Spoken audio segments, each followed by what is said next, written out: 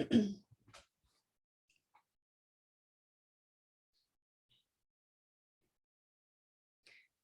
let's go ahead and get started. Welcome to the summer springboard for JMU this summer for the College of Science and Mathematics. I am Lou Ann Lovin. I'm the interim associate dean for the college, and I have two colleagues on here with me, Chris and Lynette. Do you want to introduce yourselves? Hi, I'm Lynette Watkins. I'm the department head of chemistry and biochemistry. Yeah, good afternoon. I'm Chris Hughes. I'm the academic unit head in physics and astronomy. So we're delighted that you all have decided to join us at James Madison University. And what we wanted to do is just to provide you some information about the college and specific information, answer questions about the majors, or send you in the direction of the people that can answer those questions if we don't know the answers to them. What we want to do is just spend a short amount of time providing you some sense of who we are as a college and as 5 departments that come together to be a college, and to share with you kind of the unifying themes that kind of drive and guide what we do on a daily basis with students. When you start this fall, or even before this fall, if you ever have any questions and you're not sure who to reach out to ask a question about your major, or really anything, you can reach out to the department heads for your majors. And so I've listed them over here to the right. And the first one indicates Marcus Davis. He's an interim head of math and statistics. He's actually leaving us. He actually was hired as a dean at another university, and we have a new permanent department head joining us in math and statistics. And so he will be starting August 1st. But again, we've got the other people that are listed here that are heads of all of the other departments. And if you can't find this information, you can easily go on JMU's website and Google. If you're looking for geology, just Google geology, and you'll be able to navigate to that particular website and find who the department head is for whatever department you're looking for. So again, if there's any question, you're not really sure who to ask, you can always reach out to them, and they will be more than happy to help. So we wanted to just kind of give you a sense of who we are as a college. We have a wide range of majors and minors, as well as several different concentrations. A number of our students will double major, and they will double major within majors within our college, or they might add a major that's outside of our college, or a minor. We strongly recommend that if you're thinking about double majoring or adding a minor to your studies, to please reach out to your advisor and start talking with them as soon as possible, because they can help you lay out a game plan, lay out a plan to make sure that you are taking the courses that you need to take when you need to take them, so that it doesn't slow you down in reaching your goals.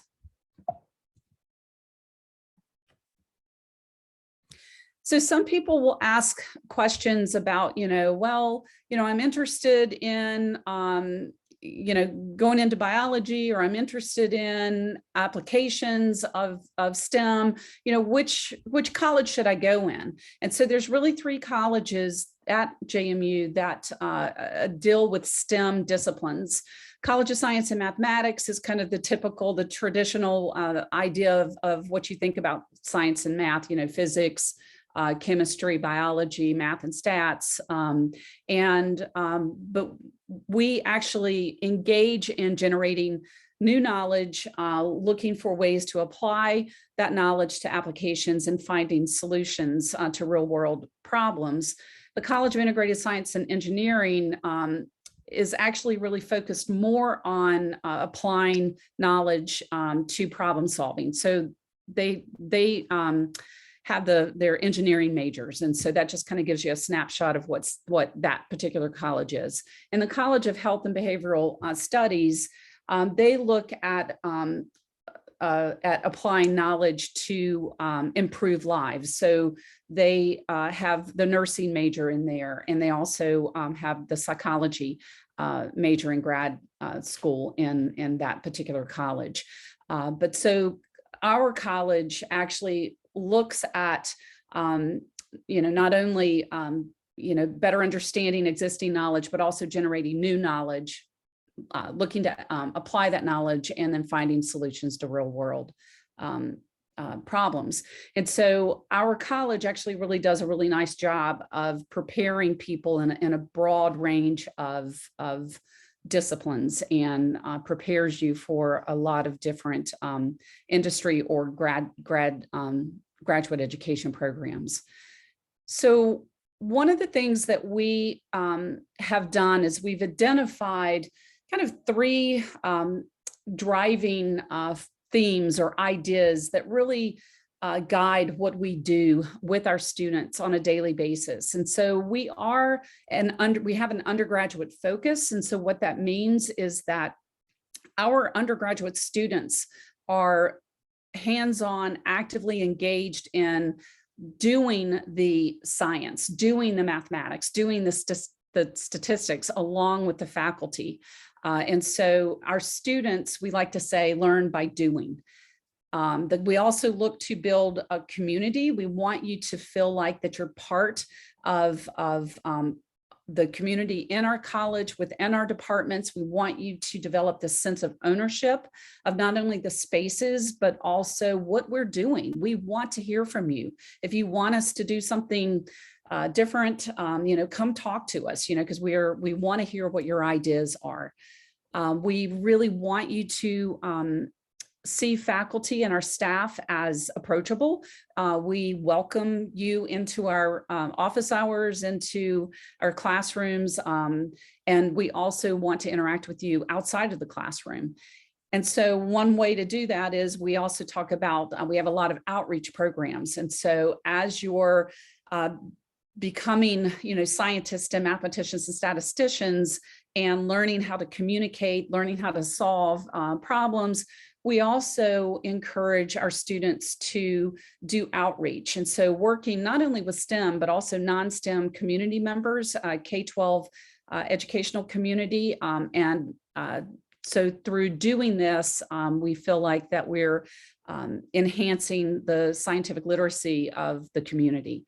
But all three of these kind of overarching themes actually feed into our primary goal of helping you as students develop this identity as a scientist, as a mathematician, as a statistician. So we want you to see yourself as this person, this professional. And it's through these kind of three different avenues, focusing on doing the science, engaging in the community, and engaging and participating in outreach efforts, that we are helping you develop this identity as a scientist, mathematician, and/or statistician. So just to kind of give you some sense of what do we mean by focused on undergraduate students, undergraduate education. One of the things that I think is a hallmark of our programs is that it's our undergraduates who have their hands on the instrumentations. They are the ones that's actually engaged in the research with the faculty. You don't have to wait until you're a graduate student to engage in these experiences with the faculty mentors. And so here is just a quote from a major in biochemistry. If getting your degree at JMU is 100%, doing research has put me at 250%, because I've learned so much by being here, so much about myself, about science, about how to be a scientist, about how to think.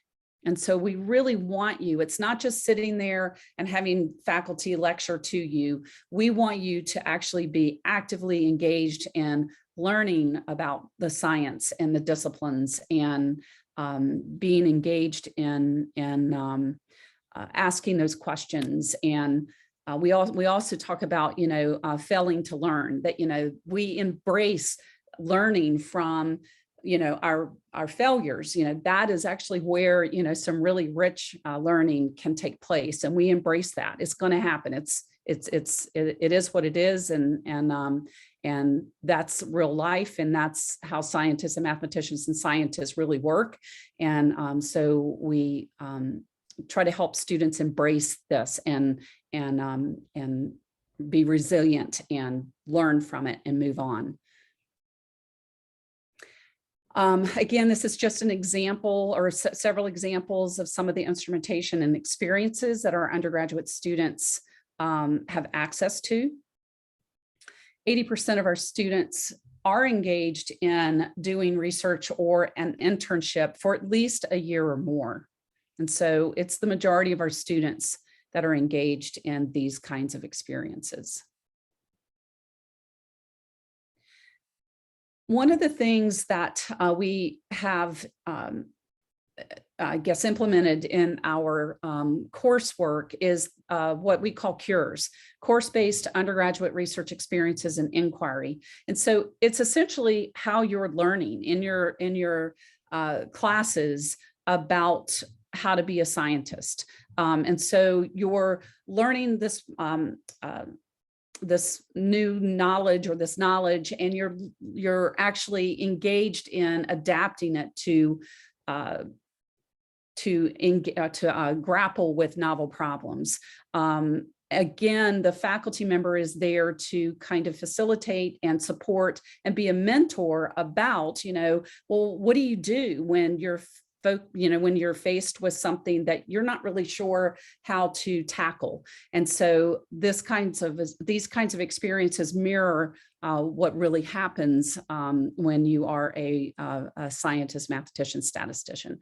We also, again, part of this process is engaging in communication and communicating with your peers, communicating with people who are knowledgeable about the discipline, but maybe, and then also people who are not knowledgeable about the discipline. So we're preparing you to actually work in a team-based environment.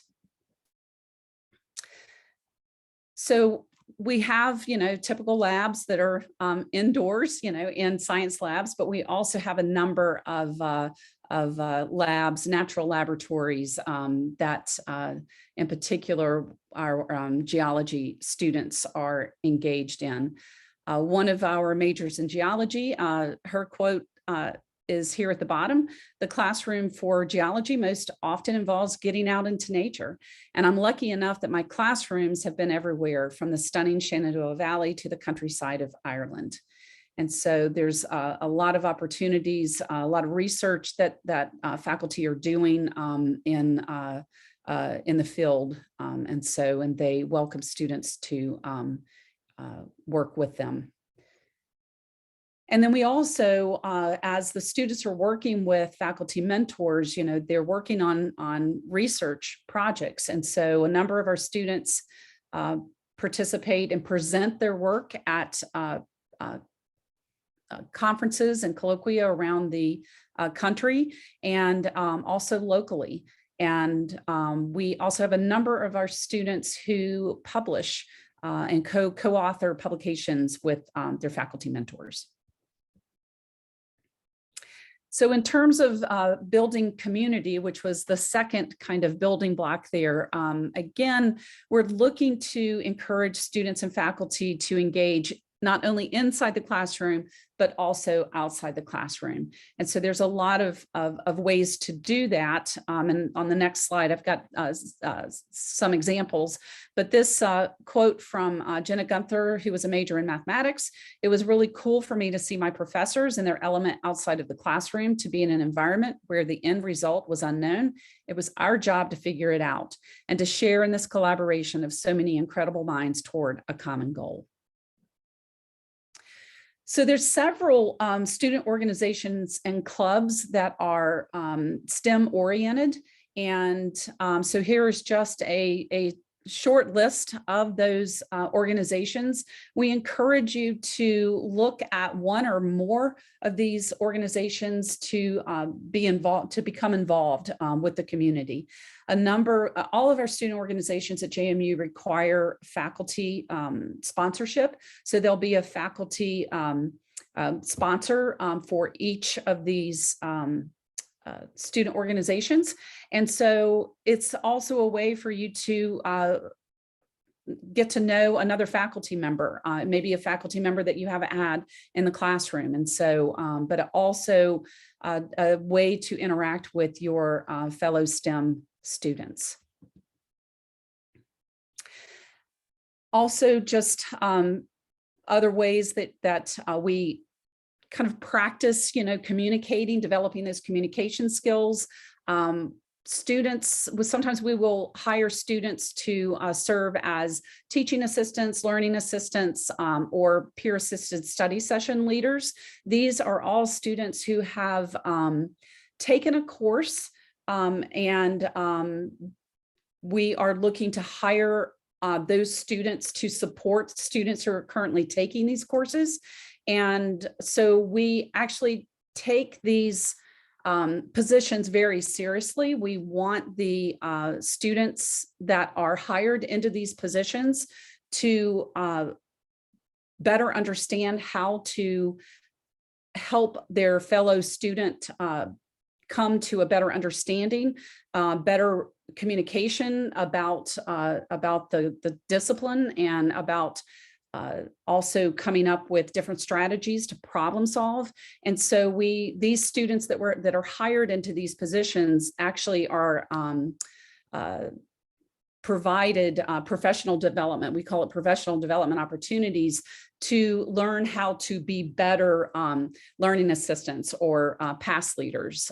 So again, this opportunity provides that not only sense of community, but also helps develop those communication skills within our students.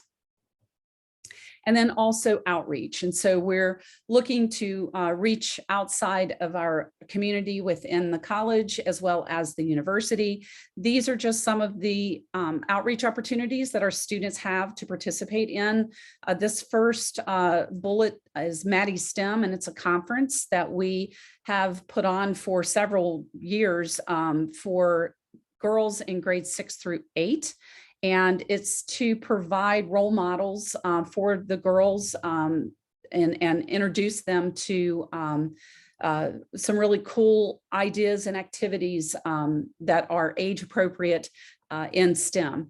And so we have actually student volunteers, JMU student volunteers, to help put on that conference. We couldn't do the conference without those JMU student volunteers.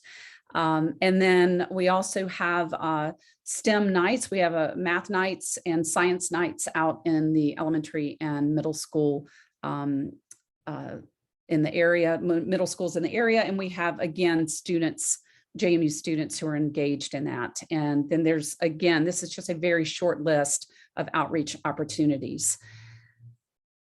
Just to kind of summarize, these are, again, the three pillars that we use to guide our work in helping our students develop this identity as scientists, mathematicians, and/or statisticians.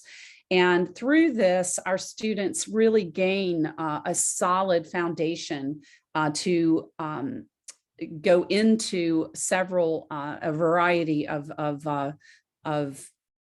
occupations and areas. And so this is just, again, a very short list of those professions that our students are prepared to go into. 94% of our students enter the STEM workforce or continue on for advanced training after graduation.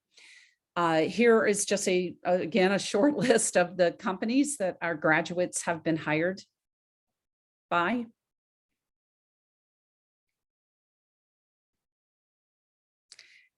And then here's just a list of some of the graduate programs that some of our students have gone on to study in.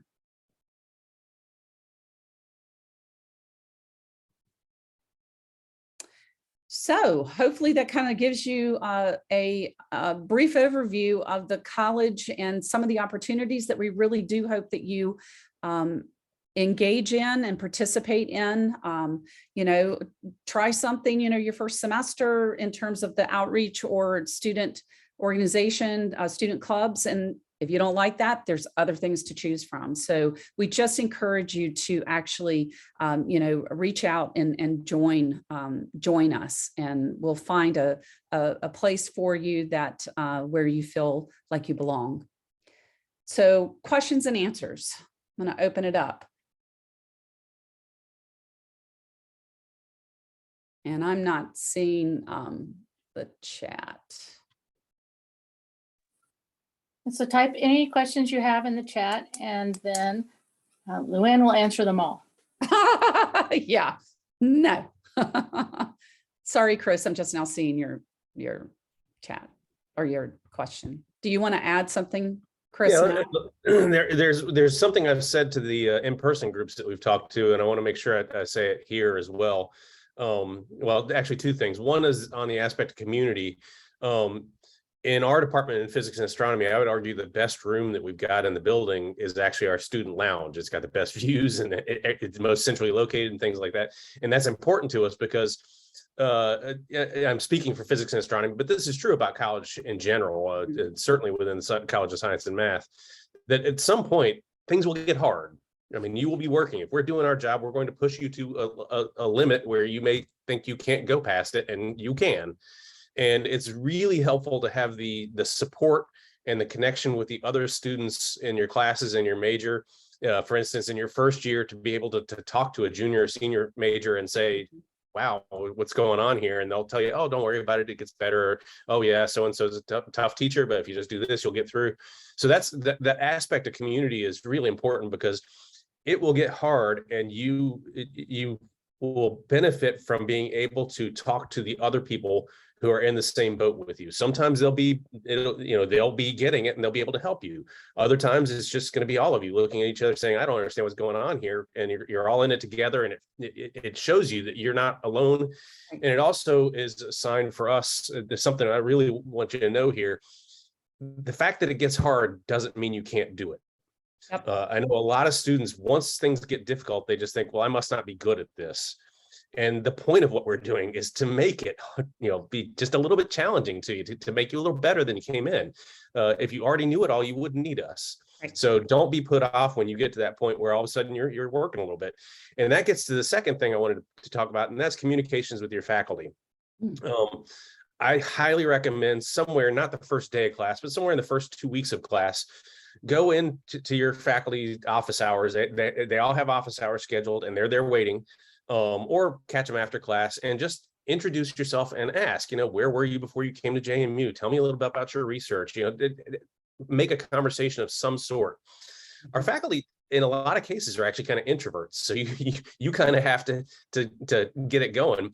But if you ask them about your research, they'll go on for an hour so, once you get them started. And the point being is that if you've had that conversation in the first or two classes, then as things get rougher later on, and maybe you have that problem set that you just can't figure out, it's not the first time you've talked to them. It's not a new conversation to walk in and say, I can't figure out number 32. Can you help me? You know them, they know you. So make that connection right off the bat. The faculty like talking to you. You may walk in at a point when they're busy and they say, I don't have time right now. Can you come back later? That's just human nature. But come to us, please. One last statement on this. A couple years back, I had a student come to visit me, and she was saying how she just found it intimidating to talk to a professor. And when she left it in my office, I just about burst out laughing to think that I am intimidating to somebody. Yeah. It's like, we're people. Yes. Yeah. So please try to get that personal connection with your faculty going in some way that they can help you out, because that's what they want to do. Yeah, and just to kind of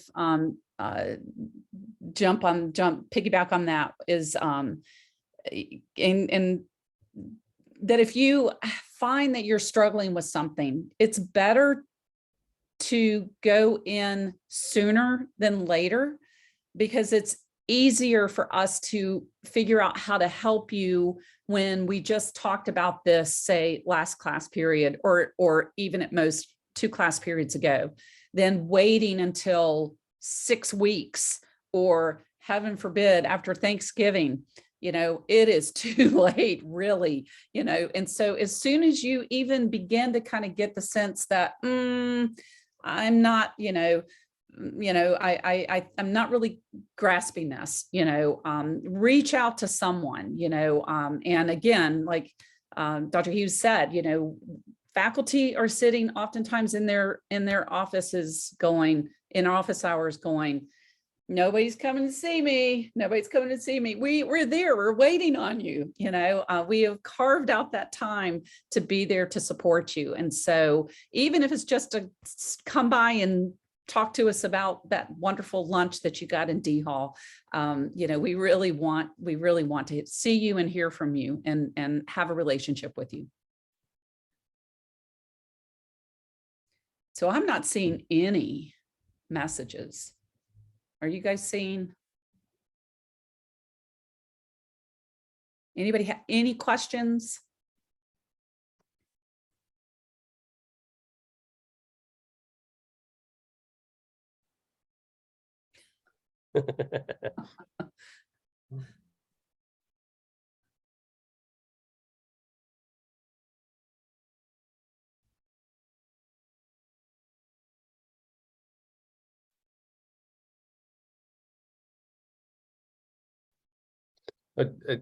Actually, if I can take another minute here, on Is the there a- aspect of community, one other thing that I mentioned to the other groups that we spoke to in person, when I was an undergraduate, many years ago now, back in the day, I went to a small college, and the physics department had, I think, 6 or 7 faculty, and they all kind of look like I look now, right?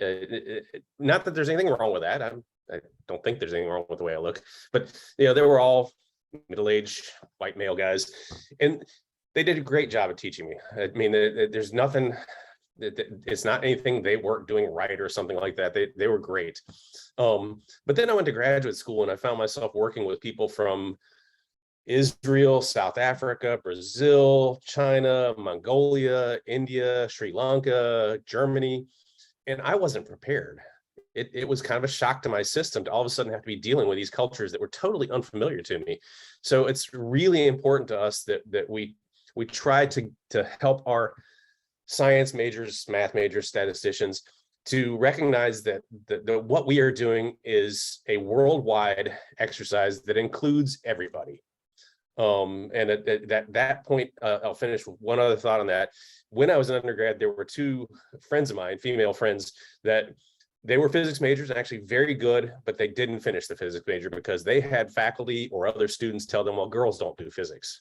And that's just so untrue. I mean, 1/3 of our faculty in the physics department is female right now. So it's important to us that if you want to do science, nothing like that stands in the way of you doing science. If you want to do what we do, we want to share it with you. Please come. So there's a question in the chat. It says, if I find my major is too hard for me, is it okay to switch majors? Yeah, we were asked about this in one of the in-person sessions, how many people actually switch out of the majors and things like that. And it's not uncommon. I mean, part of it is because coming to college is about learning about yourself. And maybe you get here and you come in as a math major, but then you take a class in geology, or you take a class in kinesiology, or whatever it might be. You may take a class in history and decide that's something you really are interested in. And it breaks my heart whenever somebody comes in and says they want to leave the physics major. Don't get me wrong. I want to keep all of them, but I don't want anybody graduating with a physics degree who should have done something else. So it's important that we help you find what you love. People switch in, they switch out. There's things you have to watch out for, that if you wait too late to make some switches, you may be having to compact a major in ways that isn't healthy. But especially in that first year or so, you keep your eyes open to the possibilities, because there's things at JMU probably haven't even thought of yet. But that being said, like I said, I don't like it when somebody leaves physics major. No, but that's my problem. We do what's best for the students. Yeah, but also I want to say too that you say if it's too hard, so again, as soon as you feel like that you're having difficulty, reach out to the professor, because they can provide support for you, or it may just be, maybe you just need a little bit more. We have a Science and Math Learning Center, free tutoring for students, so maybe it's just something that we can provide some guidance on, or some help on, to help you get through, that struggle. But, again, if you get to the point where you're like, yeah, this is just not what I'm passionate about. I really took this literature class, and, this is really what I really think that the direction I want to go in. That's absolutely fine. But again, if we want to try to support people, if this is your passion, we really want to try to support you. So if you're struggling, come see us sooner than later. So going on, adding on to what both of my colleagues have said here, when I was an undergraduate, my easiest classes were the math classes, but I wasn't passionate about math. It was just something that I could do. And so I changed my major about 7 times until my undergraduate added biochemistry as a new major. And then once I declared biochemistry and realized that I could apply biology and chemistry together to understand how biological systems worked, that was my passion. And honestly, I wasn't very good at it. When it got hard, I struggled a lot. But it was what I was passionate about. It was what I wanted to do. And so it was hard. And I worked hard, and I asked for help. And now I have a PhD in biochemistry, and I teach biochemistry. So if you're looking for the easiest way through life, then you need to think about what your goals are overall. If you're in college to find what you're passionate about and make a career out of it, then follow your passion and work really hard to achieve what you want to do. And we are here to help support you with whatever decision that you made, even though obviously chemistry is the best major to choose. Math, everybody has to take math. I'm in the math and stat department. So everybody has to take math in the College of Science and Math. And so you should at least consider double majoring in math if you're in one of the other majors. Another point to make is that if you're in a major in the College of Science and Mathematics, you're going to be taking courses in a number of our departments at the beginning. And if you find your passion is in a different course, a different major than what you're in, it's usually pretty easy in the first year, or in case of chemistry, biology, and some biotechnology, in the first 2 years to very easily switch from one to another and get the courses that you need to graduate. And so talk with your advisor, talk with your professors, and find out what it is that makes you excited to get up and go to class every day. And I'm beating a dead horse here, and I kind of said this earlier in a separate context, but don't overestimate the hard. I mean, things probably are going to be harder than you've had to deal with in high school, and there'll be some classes that are hard. And that doesn't mean you can't do it. It just means you're working. It's sort of like when you're training for a sport. If you were training for a marathon or something like that, you need to push yourself. And we're here to coach you. So don't immediately think, oh, this is too hard. Stop and think, well, is it hard for everybody else too? In which case I'm probably where I ought to be right now.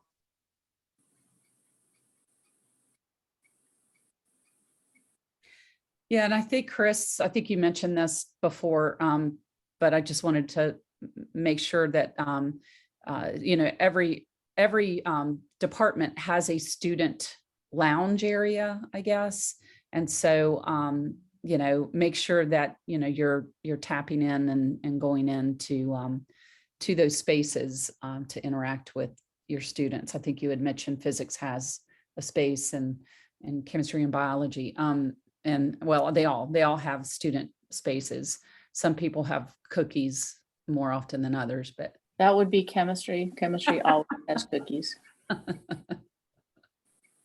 I should throw one other thing in, because I feel like we're kind of saying, don't worry about it being hard. It is true, though, that if you get to the point where the effort of college, and that could be your classes, it could be social life. There's a lot of things that are going to be different in the next 4 years that you're going to have to adapt to and do things differently than you've done before. And if you get to the point where it just seems overwhelming to you, that it's causing you personal problems, then back up and take a look at things and get the help you need. And we're all very open to those issues as well. I don't want somebody, driving themselves to a point they shouldn't go to just because, they said I should just keep working. Take care of yourself first, and then we'll take care of you as a scientist. Well, we still have like 10 minutes and no one's talking. So everybody in the chat, put what your major is so we can see who we're talking to. So go in the chat and just type your major.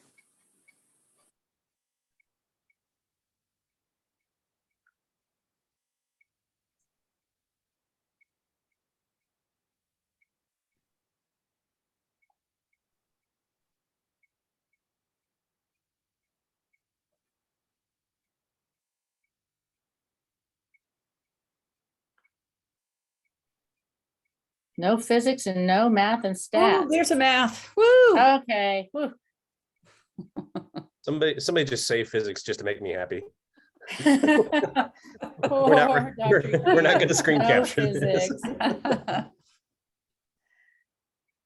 So biology is the biggest department in the college, and so it's not surprising that the majority of you are biology, and all of the biologists will be taking classes in all of our departments, because biologists take chemistry, they take physics, and they take mathematics. And the chemistry and biophysical chemistry majors will be taking chemistry. They'll be taking at least one biology class for their general education, or several if they are biophys or pre-professional, and they'll take physics and math. So we will all see you in our hallways and in our offices and in our classrooms over the next 4 years. And you're welcome to come and visit any of us at any time that are struggling, or if something good happened, you can come and tell us that too. Come get cookies and celebrate. Yeah, our biology department's got really, really good people, and it's got a lot of there's a lot of intellectual variation in biology. People tend to think of it, you're just going to study animals, or you're going to study cells or trees.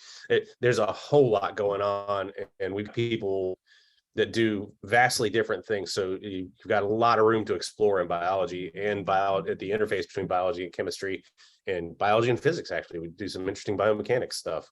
And I know biology and mathematics, all the informatics stuff that's going on. So all you biologists we'll see you. Yeah. We'll see you, and you can do a lot of different things. I was just thinking at the extremes, there's one professor in biology that has instruments that gorillas step on, and she studies movement and gorilla footprints until the gorilla picks up the instrument and bites it, and so then you have a big hole in your instrument. And then you've got the bioinformatics, the data biologists, and then of course the biochemists and the biophysicists that are looking at the molecular and cellular level. So the whole range of organisms and ecologies are available in biology. And no one's representing them here today. And actually that leads to something that I didn't say in previous sessions, but somebody I was on a team with like this for some of the in-person sessions made sure to be clear about the fact that we don't live in silos. I mean, there's a structure to the college for administrative purposes, for everybody's kind of home department. But I mean, Dr. Watkins just mentioned the biomechanics person in biology who, her research, she's actually worked with some people in physics about the instrumentation stuff into that stuff. My own research, I'm a materials physicist who used to do semiconductors, and now I'm working with a neuroscientist in the biology department over at UVA, building devices that they use for studying single neurons. I don't know a heck of a lot about neuroscience. I mean, I'm not a very good neuroscientist because I'm a physicist, and that's what I do. And the important thing is to look at those interfaces. I mean, all science is interesting.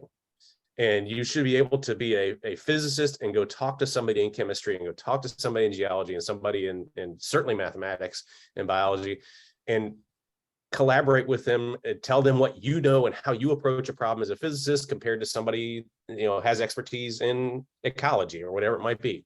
Mhm. The science is science. We just have these sort of names to attach to things because we study that particular thing in depth and learn that way of thinking. But we do anything that interests us. Yeah, and we talked, in the presentation about how it's really important to build those communication skills.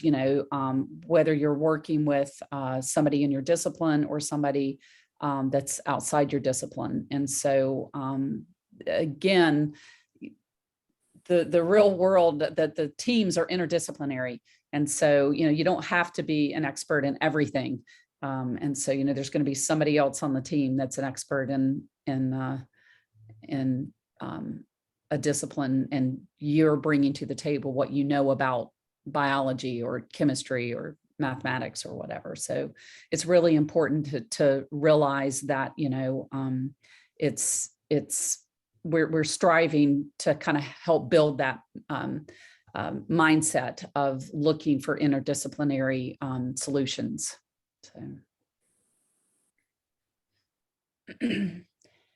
So we have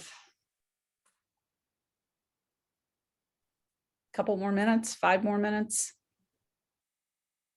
Any other questions for the students that are, and it doesn't have to be about the major, it could be about JMU or campus, football tickets.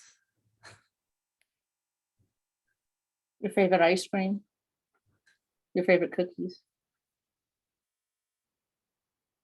The weather. I'm from Texas, and I am finding the weather more and more enjoyable here every year. It is actually quite lovely. In the summer lately, it's been in the 80s and 90s, which is beautiful. It will rain a little bit during the summer. During the academic year, the fall and the spring are very mild, I think. And the winters, if we get any snow at all, we get a snow day. I mean, Yeah. We had more snow days in Austin, Texas than we do here in Harrisonburg. I mean, we have the same number pretty much, because any snow, school is canceled. And so there's some snow on occasion, not a whole lot. And It's definitely 4 seasons. yes, You do have 4 seasons, which there is are 4 seasons. If you haven't ever been to campus before, we're in the Shenandoah Valley between 2 mountain ranges, and I can see both mountain ranges from my office. And it's just beautiful seeing the trees change color in the fall, and then in the spring, seeing them all get their leaves back again. Mhm. And there's hiking, there's biking, there's hundreds of things to do outside here. This is a really huge area for hiking, for biking, and for enjoying outdoor sports. So somebody asked, what's your favorite part about JMU? The people. Yeah. Yeah, Again, it sounds trite to say that, but I remember having this conversation with a visiting student one summer. We had a research program. We have a lot of summer research that goes on here. I want to make sure you're aware of that. I guess in physics right now, we have about 30 students working chemistry. You've got over 50, right? yes. Um, over 50. So, and there's programs like that in biology and geology and mathematics as well. But I had a student who came from another university to work in our program one summer, and I was talking to him saying, find a JMU student and ask a question, because the JMU students are just, it's unnaturally friendly. They want to help each other. There's just not a real competitive spirit, like I'm gonna get my A and I'm gonna make sure you don't get one, that kind of thing. When you do see a student that acts like that, that's sort of like, trying to sabotage their teammates, it just stands out like a sore thumb. Yeah. It's just such a positive sort of, we're all in this together, let's go team kind of attitude. All the purple. It really kind of shook me when I first came here from NC State 25 years ago. It's like, this is just different. Yeah. Yeah, I did that too. I was at Texas State for 17 years, and it was a very lovely public university. And I came here and I was like, what is wrong? All these people are so nice. They was opened the just door crazy. for you. Yeah. There's another question about how big the class sizes are. So it just really depends on the classes. But like for math, we try to keep the classes around 30 to 34 for the lower level classes.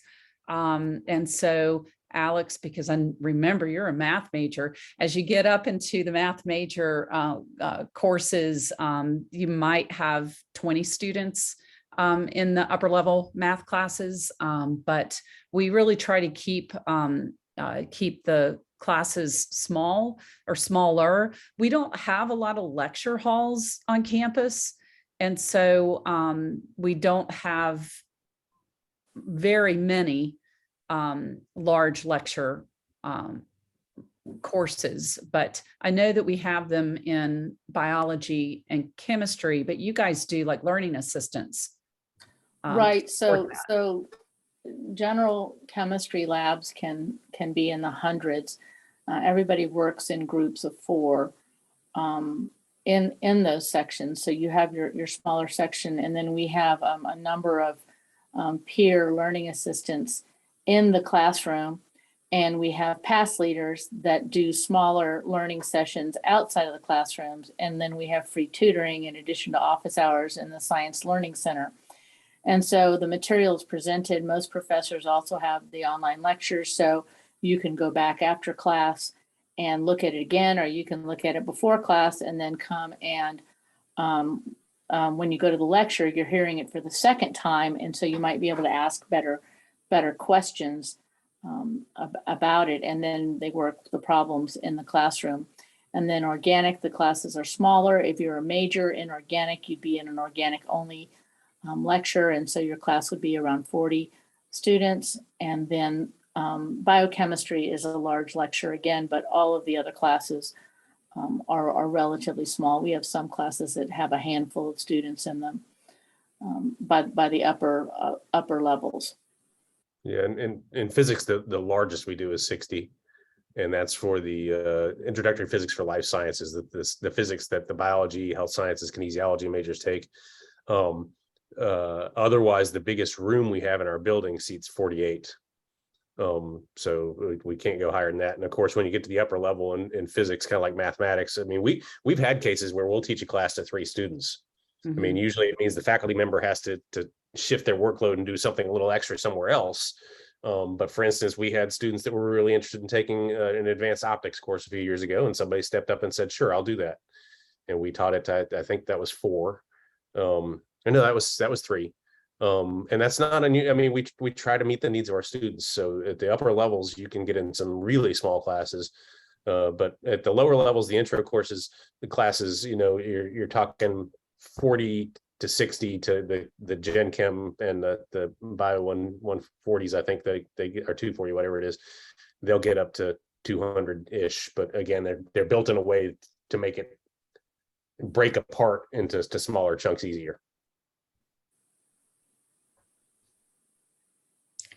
So I have that it's 1:20, and I think that that is our time. So I want to respect 2 hours. everybody's schedule. It was not stopping. I was like, All right. Thank you all so much for the super informative presentation. Students, y'all will go to the next section of your links in your email. It should be peer discussion. And then guests, y'all will head over to the family portion of your schedule. I believe the next session is called student success. Okay, welcome to JMU. Bye. Bye. See you soon.